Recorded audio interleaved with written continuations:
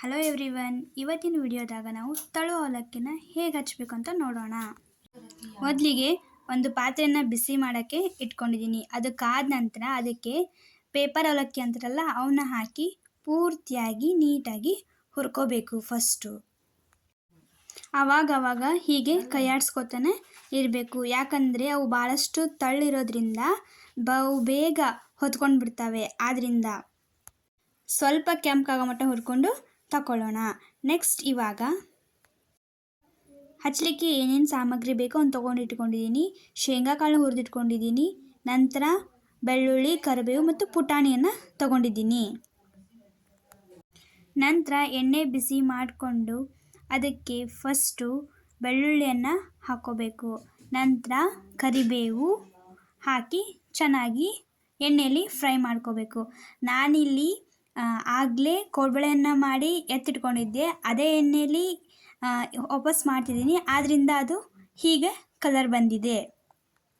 ನೀಟಾಗಿ ಹಸಿ ವಾಸನೆ ಹೋಗೋ ಮಟ್ಟ ಅದನ್ನು ಎಣ್ಣೆಯಲ್ಲಿ ಫ್ರೈ ಮಾಡ್ಕೋತಾ ಇರಬೇಕು.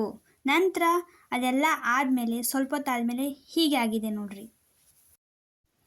ಇವಾಗ ಪೂರ್ತಿಯಾಗಿ ಕೈಯಾಡಿಸ್ಕೊಂಡ್ಮೇಲೆ ಇಲ್ಲಿ ಹುರಿದಿಟ್ಕೊಂಡಿರ್ತಕ್ಕಂಥ ಶೇಂಗಾ ಕಾಳನ್ನು ಹಾಕೋತಿದ್ದೀನಿ. ಹಾಕಿ 1-2 ನಿಮಿಷ ಆದಮೇಲೆ ನೆಕ್ಸ್ಟು ಪುಟಾಣಿಯನ್ನು ಕೂಡ ಹಾಕ್ಕೊಳ್ತಿದ್ದೀನಿ.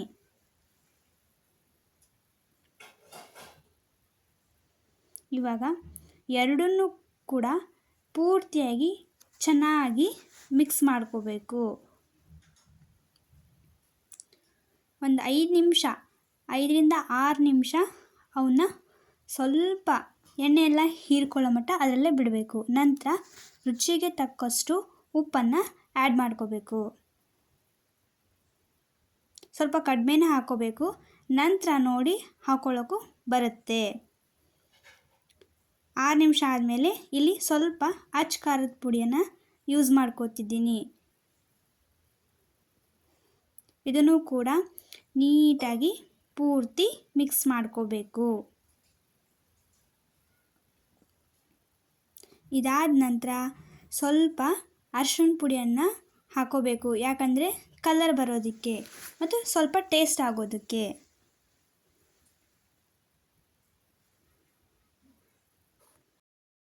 ಇವಾಗ ಫೈನಲ್ ಆಗಿ ನಮ್ಮ ಬೆಳ್ಳುಳ್ಳಿ ಒಗ್ಗರಣೆ ರೆಡಿ ಆಯಿತು. ನಂತರ ಒಂದು ಬುಟ್ಟಿ ತೊಗೊಂಡಿದ್ದೀನಿ.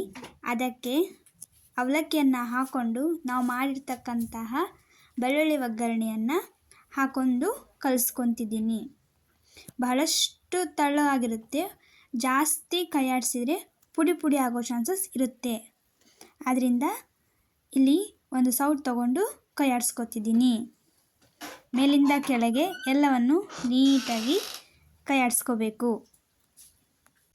ನಂತರ ಇದಕ್ಕೆ ಇನ್ನೊಂದು ಸ್ವಲ್ಪ ಕಡಿಮೆ ಆಗಿತ್ತು, ಆದ್ದರಿಂದ ಇನ್ನೊಂದು ಸ್ವಲ್ಪ ಒಗ್ಗರಣೆಯನ್ನು ಮೇಲೆ ಹಾಕ್ಕೊಂಡು ಕಲಿಸ್ಕೊತಿದ್ದೀನಿ.